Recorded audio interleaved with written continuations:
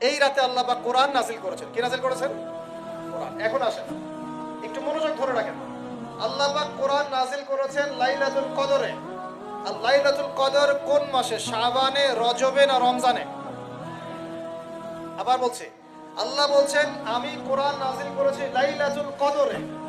তো লাইলাতুল কদর কি শাবানে, রজবে না রমজানে? তার মানে লাইলাতুল কদর রমজানে। রমজানের কোথায়? রমজানের শেষ দশকে। রমজানের শেষ দশকে 21, 23, 25, 27, 29 এই 5টা বেজর রাতের যে কোনো একটা রাত হবে কি লাইলাতুল কদর। তার মানে আমরা বুঝতে পারলাম কোরআন নাজিল হয়েছে লাইলাতুল কদরে। লাইলাতুল কদর হচ্ছে রমজান মাসে, অর্থাৎ কোরআন নাজিল হয়েছে রমজান মাসে। ঠিক আল্লাহ পাক সূরা বাকারায় বলছেন শাহরু রমাদানাল্লাযী উনজিলা ফীহিল কুরআন। রমজান সেই মাস যেই মাসে শুধু কেবলাই পরিবর্তন হয়নি, শুধু বদরের যুদ্ধই করা হয়নি, রমজান মাসে কোরআনও নাজিল হয়েছে। আল্লাহু আকবার। এখন বুঝতে হবে, এবার এই জায়গায় আসেন, যখন কোরআন নাজিল হচ্ছে তখনকার পরিবেশটা কেমন? এই যুবক ভাইরা একটু খেয়াল করেন, আপনাদের জন্য এই লেকচারটা ইম্পর্টেন্ট, কারণ আগামীর কাজগুলো আপনাদেরকে করতে হবে। রমজান মাসে কোরআন নাজিল হয়েছে। এখন দেখবো আমরা কোরআন কোন প্রেক্ষাপটে নাজিল হয়েছে, কেন নাজিল হলো, কোরআন নাজিল হওয়ার কি প্রয়োজন ছিল বিশ্বে। কোরআন নাজিল হয়েছে এমন একটা সমাজে, যে সমাজটাকে আমরা বলি আইয়ামে জাহিলিয়া। কি বলি ভাই? কোথায় নাজিল হয়েছে? হেরা গুহায়। কার উপর নাজিল হয়েছে? মুহাম্মদ রাসূলুল্লাহ সাল্লাল্লাহু আলাইহি ওয়াসাল্লামের উপরে। কখন, কিভাবে, কোন প্রেক্ষাপটে? প্রেক্ষাপটটা এমন ছিল, ওই সমাজটা ছিল আবু জেহেলের শাসন। কার শাসন? আবু জেহেল মানে কি? আবু জেহেল কি তার নিজের নাম? তার নিজের নাম হলো আবুল হাকাম। নিজের নাম কি? আবুল হাকাম মানে কি? আবুল হাকাম মানে জ্ঞানের পিতা। বাংলা বা সোজা বাংলা ভাষায় বললে আবুল হাকাম মানে বুদ্ধিজীবী। আবুল হাকাম মানে কি? আমাদের সমাজে বুদ্ধিজীবীর অভাব আছে। টকশো মাথায় ফেলছে একদম, টকশোর পর টকশো, টকশোর পর টকশো, খালি বক বক বক বক বক বক, কাজের কাজ কিছুই নাই। কথা যতটুকু, কাজ তার চেয়ে অল্প। এত কথা, সুবহানাল্লাহ। মানে পৃথিবীর সব জ্ঞানী মানুষ এখানেই আছে। ভাবখানে এমন, পৃথিবীর যত জ্ঞানী মানুষ আল্লাহ পাক এখানেই নাজিল করছেন। আবুল হাকাম, তার নাম আবুল হাকাম, জ্ঞানের পিতা। কার নাম? আবুল হাকাম। তাহলে এখন বলেন, আবু জেহেলের নাম আবুল হাকাম, তো এখন আমরা ওকে আবু জেহেল বলে ডাকি কেন? বলেন দেখি, ও কোন জ্ঞান অর্জন করে নাই, কোন জ্ঞান চেনে নাই? যখন কোরআন নাজিল হচ্ছে এবং রাসূল সুন্নাহ দিয়ে দাওয়াতি কাজ করছেন, ইসলামের প্রচার করছেন, ও ইসলামের এই আলো চিনতে পারে নাই বলেই তার নাম আবু জেহেল। সে অনেক বস্তুবাদী জ্ঞানী ছিল ঠিকই, সমরবিদ্যা জানতো, অর্থনীতি জানতো, সে কূটনীতি জানতো, সে রাষ্ট্র পরিচালনার জ্ঞান জানতো, সে দারুন নাদওয়া পরিচালনা করতো, সে ব্যবসা করতে পারতো, সে কি জানতো না। কেন তাকে আবু জাহেল বলছি? কারণ সে কোরআন সুন্নাহর জাজল্যমান সত্যটাকে ডিনাই করেছে। এই কারণে। এরকম লোক আমাদের সমাজে আছে কিনা? শুধু আমাদের সমাজে না, এরকম লোক দিয়ে এখনকার বিশ্বটাই ভর্তি। এখনকার বিশ্বে আবু জেহেল দিয়ে ভর্তি সব। অর্থনীতি, জিওপলিটিক্স, রাজনৈতিক প্রেক্ষাপট, philosophy, science, arts, commerce, medical science, engineering, এমন কোনো জ্ঞান নাই যে তার জানা নাই। কিন্তু কোরআন এবং সুন্নাহর জ্ঞানে মিসকিন, সত্য চিন্তা মিসকিন। ওযু করতে পারে না, গোসল করতে পারে না, নামাজের ফরজ ওয়াজিব জানে না, সুন্নাত মুস্তাহাব বোঝে না, কোরআন তেলাওয়াতও করতে পারে না। একটা আয়াত তেলাওয়াত করতে দাঁত ভেঙে যাচ্ছে একেবারে। একটা আয়াত তেলাওয়াত করতে, ওলামায়ে কেরামের সামনে বসলে একটা আয়াত তেলাওয়াত করতে 10টা ভুল বের করা যাবে।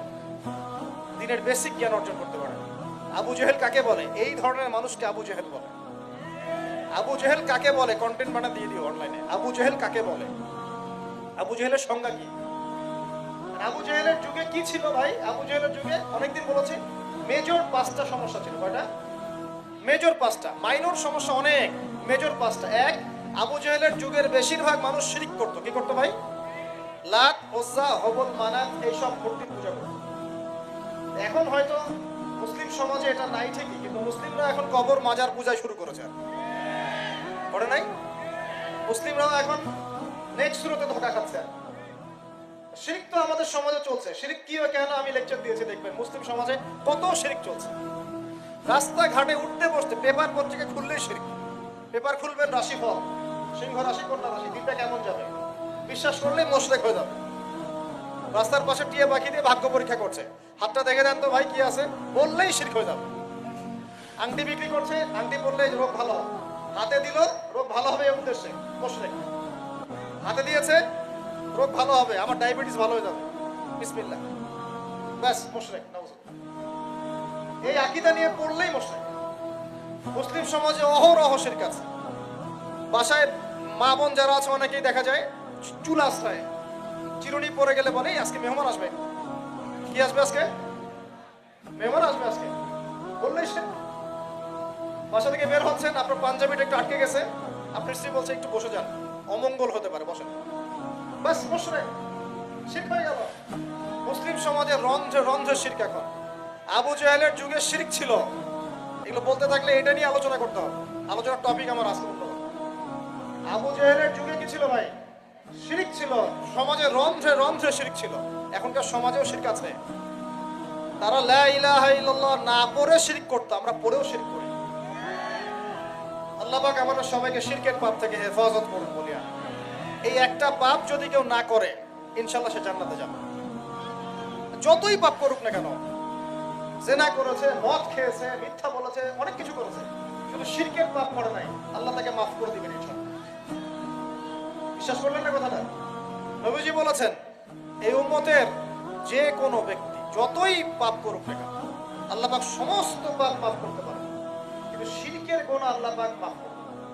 তওবা করে যদি মারা না যায় মাফ করবে। একটা এক্সাম্পল দিয়ে বোঝাচ্ছি তাহলে ক্লিয়ার হয়ে যাবে। মনে করেন কেউ একজন জেনা করেছে, তওবা করার সুযোগ হয় নাই, মারা গেছে। এখন আল্লাহ পাক কিয়ামতের মাঠে এই জেনার পাপটা মাফ করে দিতে পারেন, যদিও সে তওবা করে নাই। যদিও সে তওবা করে নাই, আল্লাহ পাক এই পাপটাও মাফ করতে পারেন।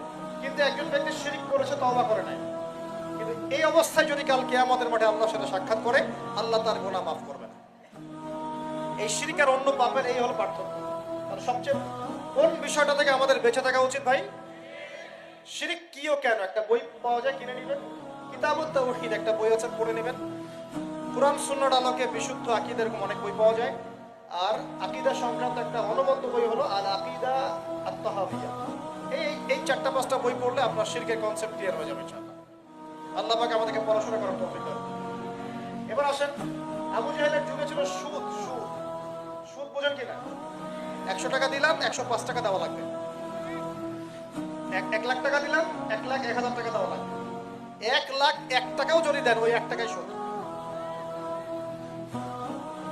সুদ তো আমরা বুঝি না। এখন তো পেপার মানির মধ্যেও সুদ আছে, ইলেকট্রনিক মানির মধ্যেও সুদ আছে। সামনে একটা আসবে অচিরেই ক্রিপ্টোকারেন্সি, বিটকয়েন, ওটার মধ্যেও সুদ থাকবে। সুদ ভিত্তিক ইকোনমিক সিস্টেম দিয়ে পুরো বিশ্বটাকে অক্টোপাসের মধ্যে পেঁচে ধরা হয়েছে। মানে এটা যদি ওয়ার্ল্ড হয়, এটাকে চেপে ধরছে এভাবে, সুদ দিয়ে এভাবে চেপে ধরছে। আপনি বেরিয়ে হইতে পারবেন না, বের হতে পারবেন না। যারা যে মার্শাল আর্ট প্র্যাকটিস করে ওরা জানে কিছু লক আছে। লক মানে যখন 1-on-1 ব্যাটেল হয় রিংয়ে, যারা বক্সিং খেলে, মার্শাল আর্ট জানে, রেসলিং খেলে, এরা কিছু লক করতে পারে। লক মানে কিছু মারবে না আপনাকে, জাস্ট লক করে রেখে দিয়ে নড়তে পারবেন না, বুঝছেন? এরকম লক করে রেখে দিয়েছে পুরো বিশ্বটাকে। এখন সুদ, বের হতে পারবেন না আপনি। বের হতে পারবেন কোথায়? যদি মনে করেন আপনি খুব এই যে গ্রামে বাস করছেন, এখানে সমাজের লেনদেন করেন না, নিজে চাষবাস করেন, নিজে খান, তখন আপনি হয়তো বেঁচে থাকতে পারবেন। মার্কেটে গেলেই সুদে পড়তে হবে আপনাকে। এটা কি পসিবল? একা একা থাকা সম্ভব?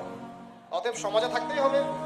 এখন সমাধান কি? ফাত্তাকুল্লাহ মাস্তাতা'তুম, সাধ্যমতো আল্লাহকে ভয় করেন। সাধ্যমতো আল্লাহকে ভয় করেন। ইচ্ছা করে সুদের সাথে সম্পৃক্ত হবেন না। যদি অনিচ্ছাকৃতভাবে সুদের অর্থ চলে আসে, যদি জানেন এটা সুদের, ছেড়ে দেন, এটা ছেড়ে দেন। ওইটা দিয়ে পাবলিক টয়লেট নির্মাণ করে দেন, তাও খায়েন না আল্লাহর ওয়াস্তে। কারণ নবীজি বলেছেন সাল্লাল্লাহু আলাইহি ওয়াসাল্লাম, 1 দিরহাম যে ব্যক্তি সুদ খায় সে যেন 36 বার জিনা করলো। এটা সহিহ বুখারীর হাদিস, উলামায়ে কেরাম জানেন। যে ব্যক্তি 1 দিরহাম সুদ খেয়েছে সে যেন 36 বার জিনা করেছে। একবার জিনা করেছে, আপনি জানেন কথার কথা বললাম যে কারো পরিবারের কোনো এক মেয়ে বা ছেলে জেনা করে ফেলেছে, নাউজুবিল্লাহ, আর আপনি ধরা পড়েছে এলাকার মধ্যে, মানুষ তাকে কি সম্মানের চোখে দেখে? ভবিষ্যতে সে যত ভালোই হয়ে যাক না কেন, ওর ঘরে বিয়ে দেওয়ার সময় মানুষ হাজারবার চিন্তা করবে, তাই না? তাই না বিষয়টা? মনে করেন একটা মেয়ে জেনা করে ফেলেছে, আল্লাহ না করুক, নাউজুবিল্লাহ, এটা জানাজানি হয়ে গেছে, ওর ঘরে কি বিয়ের প্রস্তাব আসবে পরে? যদি ভালো হয়ে যায় তাও আসা খুব ডিফিকাল্ট। আল্লাহর মুমিন কোনো বান্দা যদি চিন্তা করে, আচ্ছা আগে পাপ করেছিল, মাফ মাফ চেয়েছে, তওবা ইস্তেগফার করেছে, আমি তাকে বিয়ে করব, সেটা আলাদা বিষয়। কিন্তু স্বাভাবিকভাবে কিন্তু সমাজ এটাকে গ্রহণ করে না। একটা জেনার ক্ষেত্রে আমরা এইভাবে মানুষকে দেখি, আর এক দিরহাম সুদের বিনিময়ে আপনি 36 বার জেনা করছেন।